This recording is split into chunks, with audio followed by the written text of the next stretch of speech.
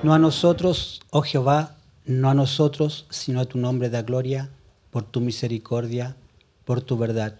No a Fidel, oh Jehová, no a Fidel, sino a tu nombre da gloria, por tu misericordia, por tu verdad. Amén. Gracia y paz a todos los amados que están reunidos en el precioso nombre de Cristo nuestro Señor, porque en ese nombre nos reunimos, Él nos convoca, Él nos apartó, Él nos llamó, Él hizo de nosotros y está haciendo de nosotros una nueva nación, una nación santa. Eso es lo que hemos estado aprendiendo, se nos ha ido enseñando y revelando de la palabra, que es lo que estaba y estuvo siempre en el corazón de Dios, ¿ya? Que la iglesia fuera una nación santa, ¿ya? Una nueva raza, ¿ya? De donde vendrán de toda lengua, de toda raza, de toda nación. Y lo hemos visto acá, ¿eh? Han llegado harta gente de otros países que se está congregando y está llegando, y eso es hermoso. Es hermoso cómo hemos ido aprendiendo en este último tiempo, desde el año pasado y ahora, cómo los amados de República, Yacer Riva, nuestro amado apóstol y padre espiritual de nuestro padre espiritual, del amado Tamo, de también nuestros padres espirituales acá en la casa, de los pastores acá, de los que están predicando en esta plataforma, desde esta plataforma, todos los que tuvieron la bendición de estar en República el año que pasó, cómo nos han entregado una palabra preciosa a todos, de todos hemos recibido algo nuevo, algo bueno, algo fresco, algo que nos vaya revelando y declarando cómo Dios, lo que está en el corazón de Dios con su iglesia, se está hoy entregando para que nosotros lo vayamos recibiendo y lo vayamos haciendo nuestro, ¿ya? Lo vayamos haciendo parte de nuestro ser, de nuestra sustancia, de lo que somos, ¿ya? Porque para eso fuimos llamados, ¿ya? Para ser una nueva raza, una nueva nación, ¿ya? Se nos explicaba que se nos sacó, se nos tomó de un lugar y se nos llevó a otro, se nos puso en otro lugar, se nos fue transformando, ¿cierto?, a la medida y a la estatura de lo que Dios quiere, de lo que es en Cristo, de lo que Cristo fue para nosotros, ¿ya? Y eso es hermoso, es maravilloso. Por eso en esta noche que el Señor ponga gracia en mis palabras a través del Espíritu Santo para poder entregarles, ¿ya?, lo que está dispuesto en el corazón de Dios para esta noche, para que recibamos. Me incluyo, recibamos. Amén. Es hermoso cuando leemos la palabra. La iglesia ha venido para hacer la voluntad de Dios. Tal como Cristo, como Jesús vino. Jesús declaró en Juan 6:38, dijo, porque he descendido del cielo no para hacer mi voluntad, sino la voluntad del que me envió. ¿Ya? Ese fue el mayor propósito por el cual Cristo vino a la tierra, ¿ya? Dios se encarnó, se hizo hombre para mostrarnos la voluntad de Dios, ¿ya? A eso hemos sido llamados nosotros también, porque eso es lo que hemos recibido de Cristo, también venir a hacer la voluntad de Dios. En Hebreos 10, 7 y 9, también Pablo tiene la revelación a través del Espíritu Santo cuando él declara, desde el 7 en adelante, dice, entonces dije, he aquí que vengo, oh Dios, para hacer tu voluntad. Como en el rollo del libro está escrito de mí, diciendo primero, sacrificio y ofrenda y holocausto y expiaciones por el pecado no quisiste, ni te agradaron, las cuales cosas se ofrecen según la ley. Y diciendo luego, he aquí que vengo, oh Dios, para hacer tu voluntad. Quita lo primero para establecer esto último. En toda esta exhortación, en esta palabra que se nos ha ido entregando, amados, nos están llevando a ser más precisos, ¿ya? A ser más precisos en lo que estamos aquí, en lo que estamos recibiendo, ¿ya? Ser más cabales, ¿ya? Más íntegros, ¿ya? Poder llegar a esa estatura. Vamos todos. La palabra dice que todos llegaremos, no dice que iremos llegando de a uno. Dice hasta que todos lleguen. Eso es lo maravilloso, que aquí nadie va a llegar primero. No es una carrera. No estamos en una competencia. Sí debemos ser siervos competentes, hijos competentes, pero no entrar en competencia, porque todos, amados, hasta que todos lleguemos a la estatura de un varón perfecto. Eso es lo precioso, eso es lo que hay, que Dios no hace distinciones, ¿ya? Él no se encariña con unos más o con otros menos.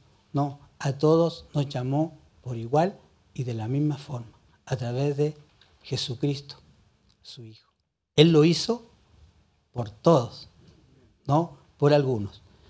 Que algunos estemos aquí, eso es otra cosa. Ya es una cosa de decisión, de que hemos creído, le hemos creído, ¿ya? Y estamos aquí y hemos tomado una decisión. Pero que esa decisión sea siempre hacia adelante y no andemos en doblez. Amén. Y es por eso, amado, que debemos de buscar y conocer la voluntad de Dios, ¿ya? Para que la voluntad de Dios sea establecida en la tierra, ¿ya? En nuestras vidas, ¿ya? ¿Y cómo podemos conocer la voluntad de Dios y cómo se nos puede revelar la voluntad de Dios? Esto es a través de la oración, pero la oración con entendimiento. Vamos a entrar en un tiempo de oración como iglesia, no como algunos, espero que sea como iglesia, espero que la mayoría de nosotros esté, ¿ya? Deseo y anhelo en mi espíritu que mi carne no se canse, ¿ya? Porque la última vez que lo hicimos mi carne se cansó, debo reconocerlo, y no llegué hasta el final. Quise hacerlo pero no pude, espero en este tiempo sí poder hacerlo, sí prepararme, sí guardarme, sí cuidarme para poder llegar en este tiempo de oración. Y es por eso que Dios puso en mi corazón que pudiéramos un poco en esta noche hablar un poco de la oración, pero de la oración con entendimiento, ¿ya? Para que sigamos creciendo en entendimiento y precisión de lo que somos como hijos, ¿ya? De lo que somos como cuerpo de Cristo, la iglesia, de lo que es la iglesia para Dios. Y también debemos ir creciendo en entendimiento y precisión de lo que es la oración. Debemos tener 3 conceptos claros cuando entramos en oración o estemos en oración. 1, la posición, la naturaleza. 2, y la autoridad en la que estamos orando. Vamos a ir a Colosenses 1:9 y donde pondremos un poco el texto base. Colosenses 1 del 9 al 11.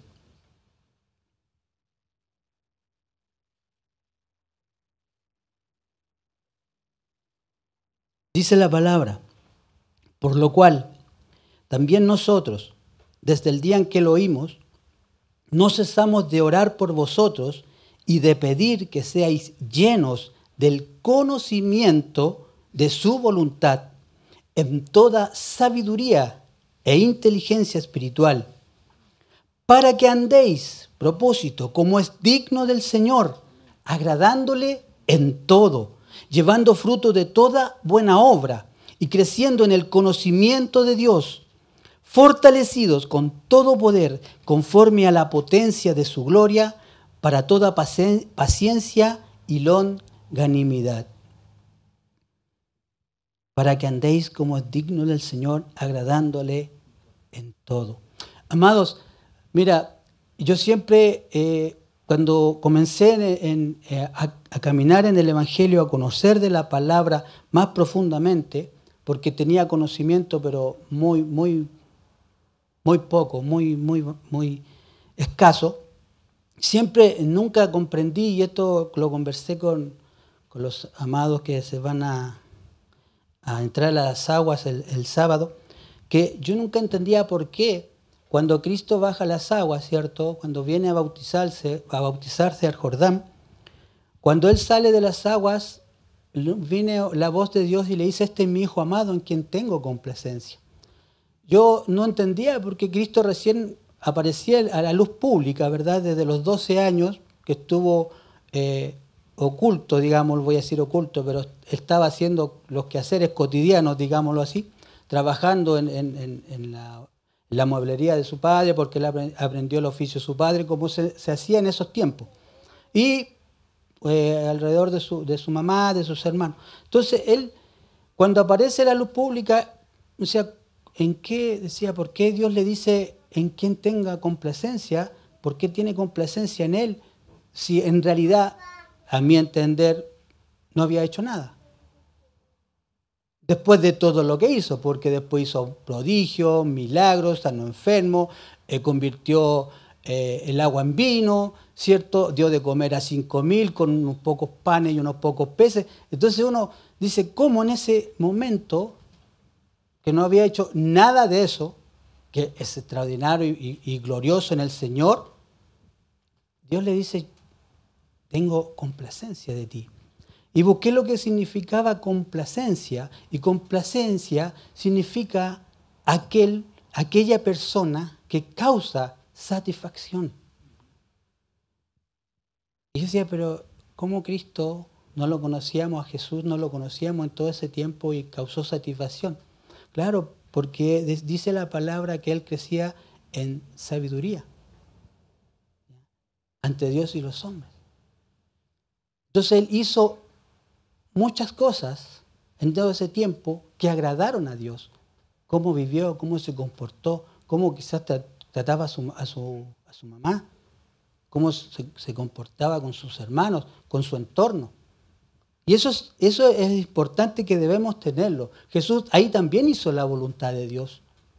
No solamente en hacer prodigios, milagros, señales, sino en la forma en que Él vivió, cómo se comportó. Y eso también debemos tenerlo, que se nos debe ir revelando. Debemos estar conscientes, amados, y esto nos hace responsables de que hoy estamos viendo más claramente que ayer, por todo esto que se nos está intuyendo, ¿ya? Hoy existe una separación entre un mensaje novedoso o nuevo y un mensaje más preciso. Antes se buscaban mensajes novedosos, ¿cierto? Mensajes nuevos. ¿Qué hay de nuevo? Amado, no hay nada de nuevo, todo está escrito desde la eternidad y está en la palabra, solamente tiene que ser revelado. Está todo ahí, en la palabra, en la Biblia está todo, ya solamente que tiene que ser revelado. Y eso tú lo vas a ir conociendo cuando te estés congregando, estés leyendo la Biblia, estés orando, ¿ya? Hoy día se está buscando un mensaje más preciso, más contundente, si quisiéramos decir a los chilenos, más al hueso, ¿ya? En el corazón del creyente existe una búsqueda por lo novedoso y algo nuevo. Siempre andamos buscando novedades, ¿ya? Sí, algo nuevo, ¿ya? Algo que nos atraiga, ¿ya? Algo que nos cause a nosotros satisfacción. Cuidado, iglesia, con el hedonismo. El hedonismo es la filosofía del placer. De lo que a mí me es placentero para mí, ahí estoy, ahí me conviene. Cuidado, cuidado, que muchas veces hay gente que está en iglesia porque se siente bien, ¿ya? Y eso es hedonismo, porque le da placer estar ahí a esa persona misma. Pero resulta de que si leemos lo que dice complacencia, es alguien que causa satisfacción a otros. Cuidado, porque a veces esto entra muy escondidamente en la iglesia y a veces hasta uno también lo puede tener escondido en uno. Debemos tener cuidado con el hedonismo. Nosotros debemos estar acá buscando ver más claramente, ¿ya? Muchas veces las iglesias y esto pasaba mucho anteriormente, están más preocupadas de las experiencias y de los testimonios, y no del conocimiento de la voluntad de Dios, que es Cristo. Eso es lo principal, amados, que nosotros debemos estar preocupados. Los testimonios sí sirven.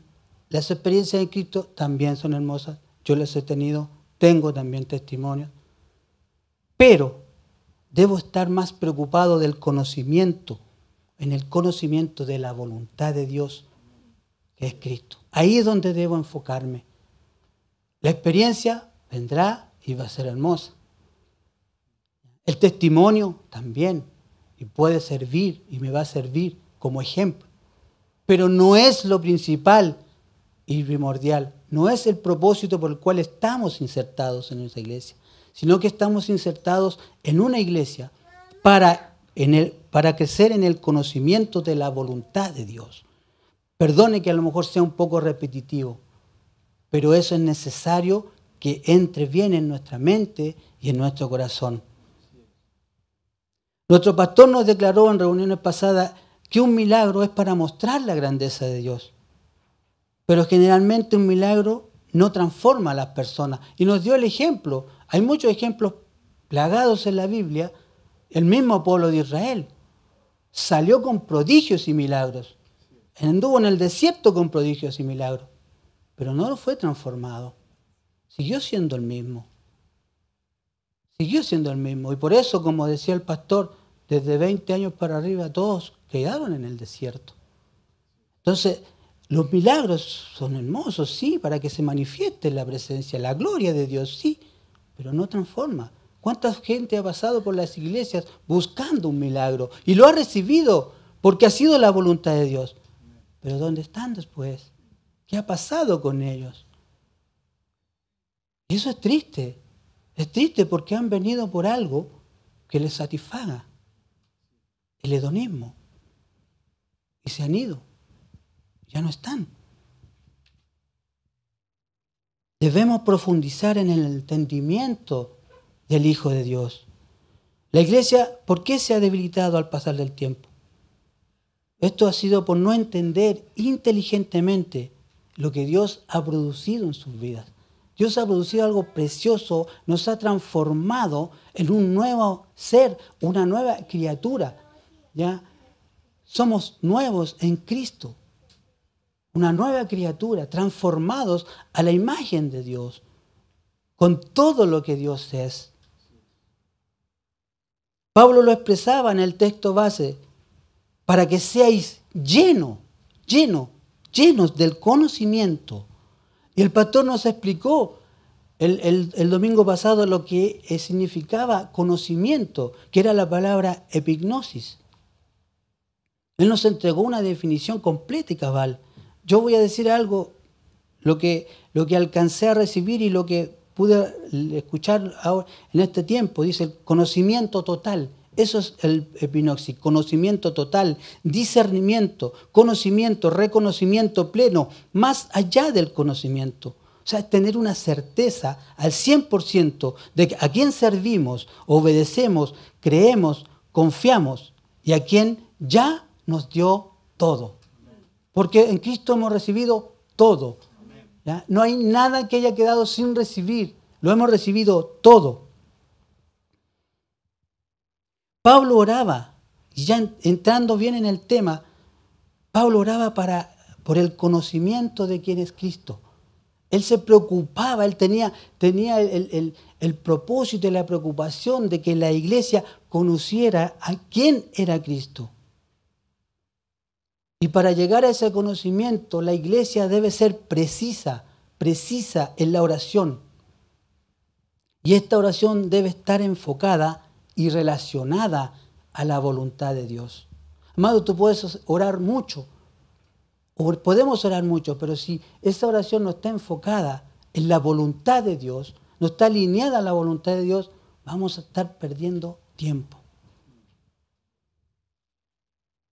Declaramos que Cristo había venido a hacer la voluntad del que le envió. En los textos leídos, Hebreos 10, ¿cierto? Y Juan 6. Solo orando en la voluntad de Dios, la oración va a ser eficaz. ¿En qué debemos enfocar la oración? La oración no debe estar enfocada en lo que queremos que Dios haga. Fíjese bien, en lo que queremos que Dios haga.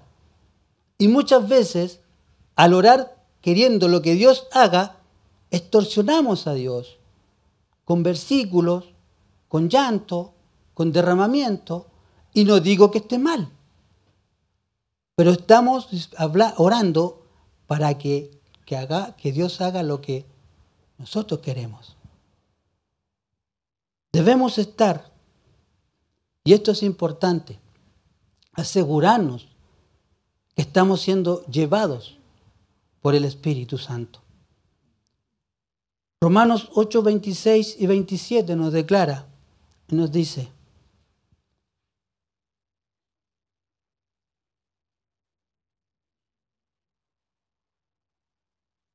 y de igual manera el Espíritu nos ayuda en nuestra debilidad, pues ¿qué hemos de pedir como conviene? No lo sabemos, pero el Espíritu mismo intercede por nosotros con gemidos indecibles. Mas el que escudriña los corazones sabe cuál es la intención del Espíritu, porque conforme a la voluntad de Dios intercede por los santos.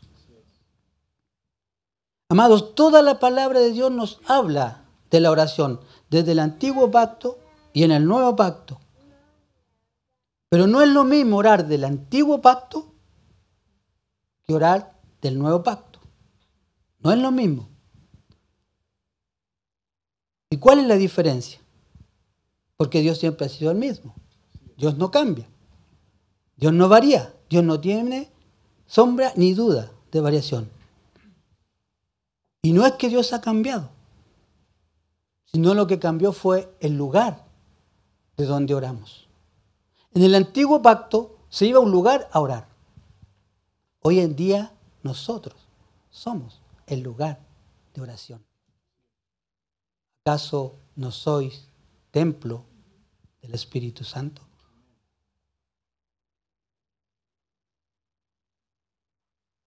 Entonces dijimos, orar desde el nuevo pacto incluye 3 aspectos importantes.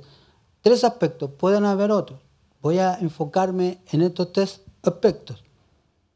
No le voy a dar tips tampoco para orar, porque para eso no. Que el Espíritu Santo, que Dios nos vaya revelando. Pero voy a hablar de 3 aspectos importantes. Primero dijimos la posición. Esto se refiere a orar desde mi posición en Cristo. Después, la naturaleza, y esta naturaleza debe ser del Espíritu. Y tercero, la autoridad, orar desde el ejercicio de la autoridad en Cristo. La oración es una de las necesidades más grandes que tiene el cuerpo de Cristo. Nótese que dije que una de las más grandes, no la única, ni la principal, porque aquí no hay principal ni la única, no, es una.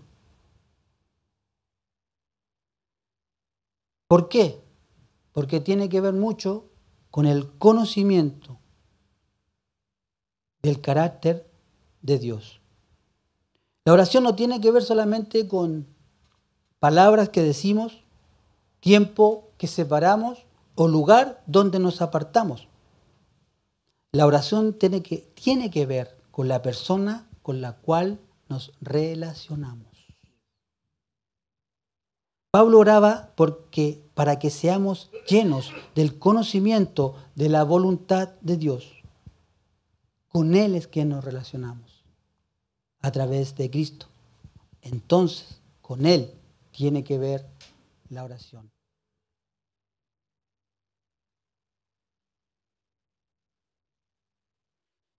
Otra de las diferencias que había de la oración del antiguo pacto y del nuevo pacto es que en el antiguo pacto se oraba desde una necesidad. Hoy,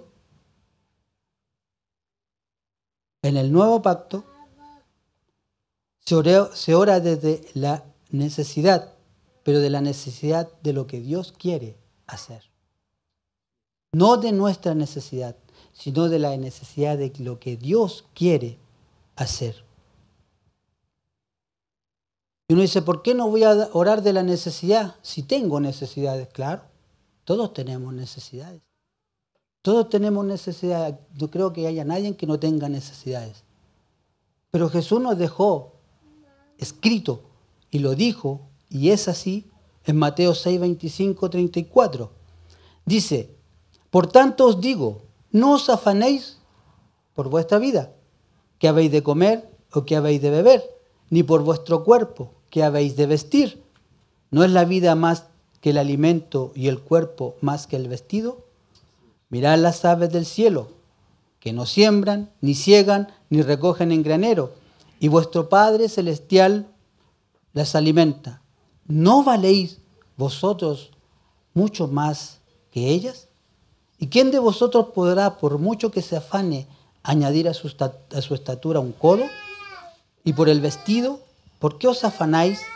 Considerad los lirios del campo como crecen, no trabajan ni hilan. Pero os digo que ni aun Salomón con toda su gloria se vistió así como uno de ellos. Y si la hierba del campo que hoy es y mañana se echa en el horno, Dios la viste así, ¿no hará mucho más a vosotros, hombres de poca fe?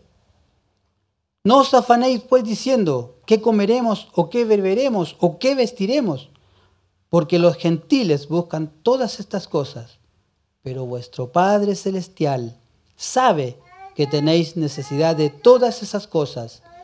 Más, y esto es lo principal y primordial, y por eso que estamos aquí, más buscad primeramente el reino de Dios y su justicia, y todas estas cosas os serán añadidas.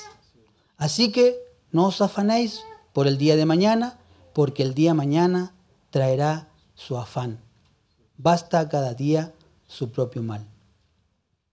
Aún Jesús declaró acá que tenemos necesidad, pero tenemos un Dios y Padre que se preocupa de eso, si es que nosotros nos preocupamos primeramente de buscarle a Él, buscando el reino de Dios y su justicia. ¿Por qué hoy ya no oramos desde nuestra necesidad? Porque hoy estamos plenos, completos, sentados en lugares celestiales juntamente con Cristo. Colosenses 8:10. Colosenses del 8 al 10. Mirad que nadie os engañe por medio de filosofías y huecas sutilezas según las tradiciones de los hombres conforme a los rudimentos del mundo y no según Cristo, porque en Él habita corporalmente toda la plenitud de la deidad. Y esto es importante. Y vosotros estáis completos en Él, que es la cabeza de todo principado y potestad. Entonces ahora la oración en el nuevo pacto debe estar muy conectada a la buena y agradable y perfecta voluntad de Dios. Debemos ajustar nuestros pensamientos a los pensamientos de Dios. Solo así veremos la oración desde la mente de Cristo y no desde mi mente ni mi necesidad. Pablo oraba desde la mente de Cristo, no de sus pensamientos o necesidades. El Evangelio debemos presentarlo cristocéntricamente, porque ahí el Espíritu ya no será de alguien huérfano, ni carente de necesidad, porque en Cristo estamos completos. Debemos orar desde un espíritu completo, perfecto. Oramos de un espíritu que lo tiene todo. El que está en Cristo y Cristo en él no tiene carencias. Entonces, desde esta plataforma ya no oramos desde la necesidad, sino que oramos desde la voluntad de Dios. Y eso nos va a hacer más exactos. Oración nos va a hacer más cabales. Entonces, ¿cuáles son las oraciones después de la cruz? Son de una posición completa en Cristo, desde la posición de Hijo de Dios.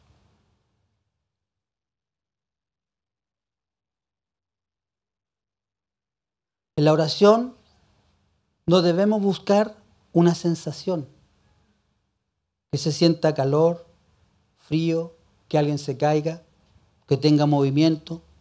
En la oración buscamos conocimiento y entendimiento y la razón de la operación del Espíritu Santo. Entonces oramos desde una posición en Cristo, como hijos de Dios, para que sean alumbrados los ojos de nuestro entendimiento y del cuerpo de Cristo. No estamos para enseñar formas de orar, ni tips de cómo orar, o de cómo una oración puede ser eficaz. El propósito es de lo que Dios nos quiere revelar, lo que el Padre nos quiere revelar desde la posición desde donde oramos. Y la posición no es una posición física, sino una posición espiritual, como hijos de Dios. Fuimos crucificados juntamente con Cristo, sepultados juntamente con Cristo, resucitados juntamente con Cristo y estamos sentados juntamente con Él en lugares celestiales. Por lo tanto, no podemos orar desde otra posición que no sea la posición en Cristo. ¿En qué naturaleza oramos? Si somos espirituales, las cosas del Espíritu haremos. Si somos carnales, las cosas de la carne haremos. ¿Cuál es la naturaleza que nos está gobernando entonces? Si estamos en la posición de hijos de Dios, estaremos orando desde una naturaleza espiritual, divina. Por lo tanto, seremos precisos, perfectos y exactos en la oración. Por eso necesitamos tiempo en el Espíritu, hacernos uno con Él. Solo si nos sujetamos a la instrucción y obediencia del Espíritu, podremos avanzar. Debemos ser personas perfectas en el Espíritu, siendo entendidos y exactos en todo nuestro andar. Nuestras oraciones deben ser en el Espíritu, ya que en el Espíritu se discierne la voluntad de Dios. En la carne o nuestras necesidades jamás discerniremos los pensamientos y la voluntad de Dios. La voluntad de Dios nace en mi espíritu y mi espíritu se alimenta de la palabra de Dios.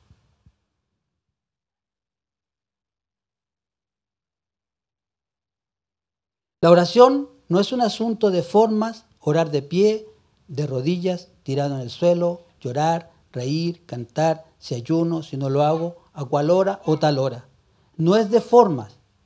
Y no digo que sea malo hacerlo. Lo que digo es que la oración no es de forma, sino de naturaleza. De la naturaleza en la cual estás operando, en el Espíritu. Muchas veces las formas han reemplazado y han tomado el lugar de la naturaleza. Y eso nos ha llevado a ser una iglesia inexacta en la oración.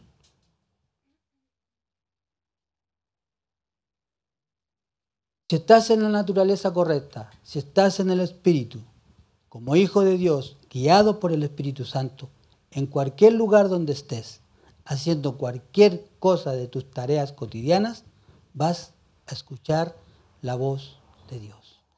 Si estás en la naturaleza correcta. Muchas veces nos desesperamos por buscar la voluntad de Dios y nos preguntamos, ¿qué tengo que hacer para buscar la voluntad de Dios? Te respondo, nada. Entonces, ¿qué es? Para buscar la voluntad de Dios no es lo que tengo que hacer, sino lo que tengo que ser. No es lo que tengo que hacer, sino lo que tengo que ser. Y la autoridad, ¿con qué autoridad estamos orando? Para tener autoridad debo tener la capacidad de responder y corresponder a la voz de Dios. La autoridad del Hijo de Dios radica en la obediencia a la voz de su Padre. Sin obediencia es imposible tener autoridad. Si tú no obedeces, no vas a tener autoridad. Si en el Espíritu soy receptivo a su voz, entonces todo lo que pasa nace de su voz y pasa por mi espíritu, y eso conlleva a la autoridad. Debemos estar conectados en autoridad con oración. La autoridad de los santos, la autoridad de los hijos, está ligada a la obediencia a lo que el Padre nos habla. Mi autoridad no está basada en una asignación ministerial. Eso nunca nos dará autoridad. La autoridad que tenemos como hijo y en cualquier asignación que tengamos ministerial, apostólica, si no está basada en la obediencia, no hay autoridad. Tú pierdes toda autoridad al no estar sujeto a la obediencia.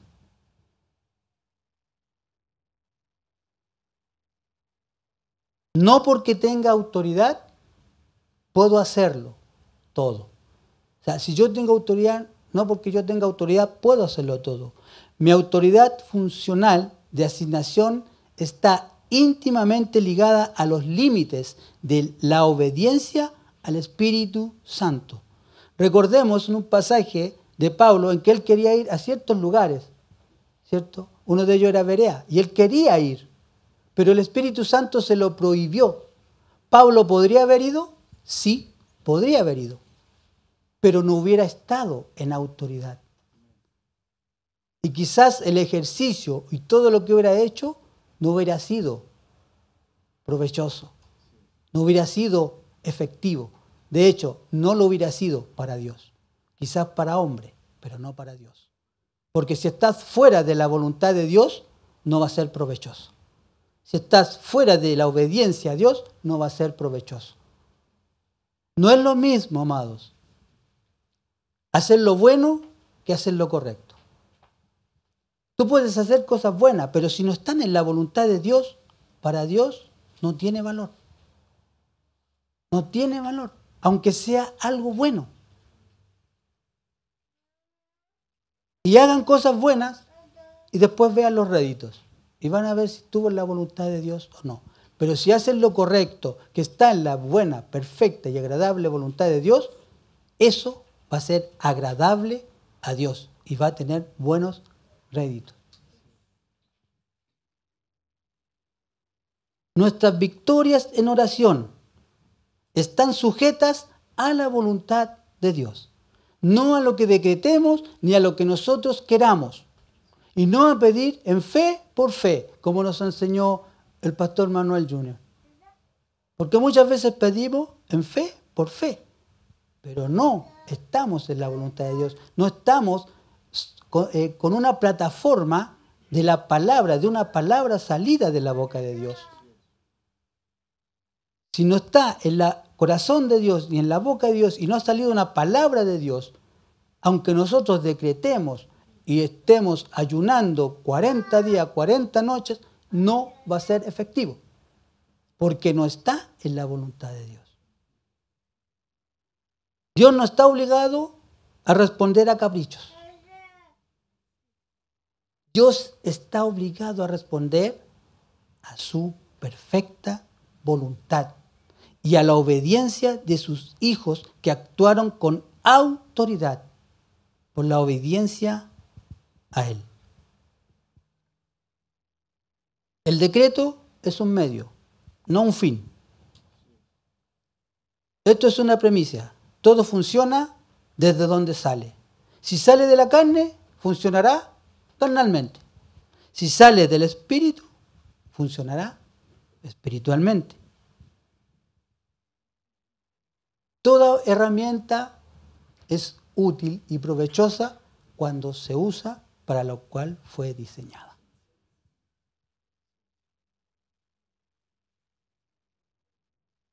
Siempre se debe respetar el diseño del diseñador. Los intercesores, y esto va para aquellos que estamos en el ministerio de intercesión, debemos aprender a oír más la voz de Dios y hablarle menos.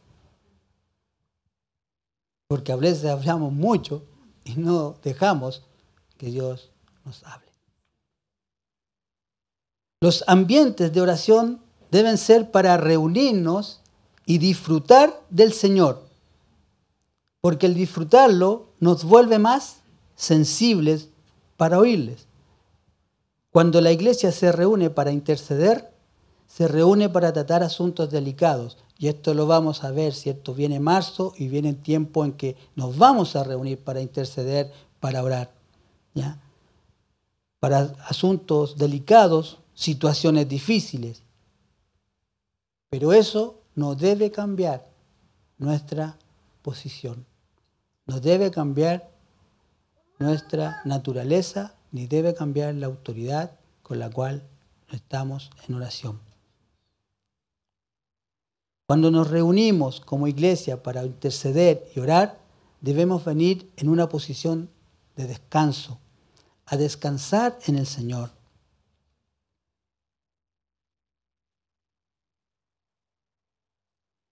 Debemos reunirnos en una naturaleza de disfrute, en un estado de reposo, y sólo así podremos escuchar la voz de Dios, deleitarnos con el amado, deleitarnos con Él.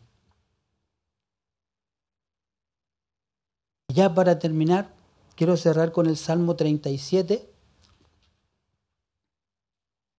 4.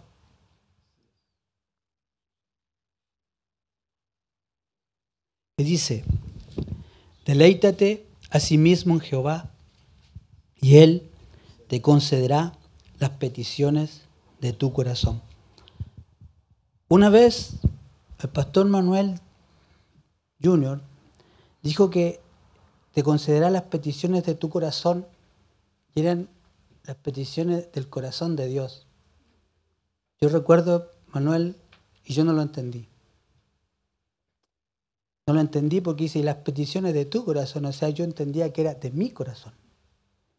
Y creo que muchos lo entendemos así. Pero al estudiar este salmo o este versículo, me quedé en la palabra a sí mismo. Y dice, esto es lo que se explica de la palabra a sí mismo, que dice que esta palabra hace referencia como una afirmación de semejanza, parecido, igual, identidad, conciencia, conformidad, relacionado, paridad, afinidad, aproximación o equivalencia.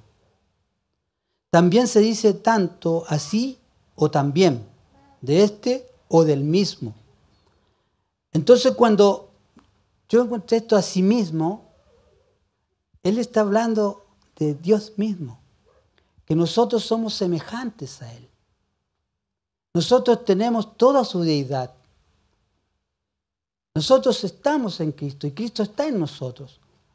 Por lo tanto, cuando dice deleítate a sí mismo en Jehová, nos estamos deleitando en sí mismo y te concederá las peticiones de tu corazón. El corazón de Dios está en nosotros. Por lo tanto, de ese corazón está hablando. Del corazón que Dios ya ha puesto en nosotros. Por lo tanto, por eso dice, y te concederá las peticiones de tu corazón, pero son las del corazón de Dios y no las nuestras. Ojo, el corazón es engañoso y eso está escrito y es así. El corazón nos engaña. Por eso que al ir a buscar esta definición, por fin pude entender lo que Manuel, el pastor Manuel, hace tiempo había declarado. Es del corazón de Dios, desde ahí donde van a salir las peticiones y se nos concederán. Pero son las peticiones del corazón de Dios, de lo que hay en el corazón de Dios y es la voluntad de Dios para nosotros. Aleluya. Gracias, pastor Manuel, por darnos esa palabra que hoy en día se me fue revelada. Me costó, pero gloria a Dios porque fue hermoso, me gozaba cuando estaba preparando esta palabra. Así que, amados, para terminar, y los voy a dejar con esto para que mediten. Una iglesia que no ora, es una iglesia imprecisa. Pero una iglesia que ora mal es una iglesia asesina. Una iglesia que ora mal es una iglesia asesina. Alineemos a las directrices del Espíritu Santo para orar. Necesitamos menos asesinos y más edificadores. Amén. Recuerden, amados, orar desde la posición de hijo de Dios, de la naturaleza del Espíritu y de la autoridad es la obediencia a nuestro Dios. Amén. Vamos a orar.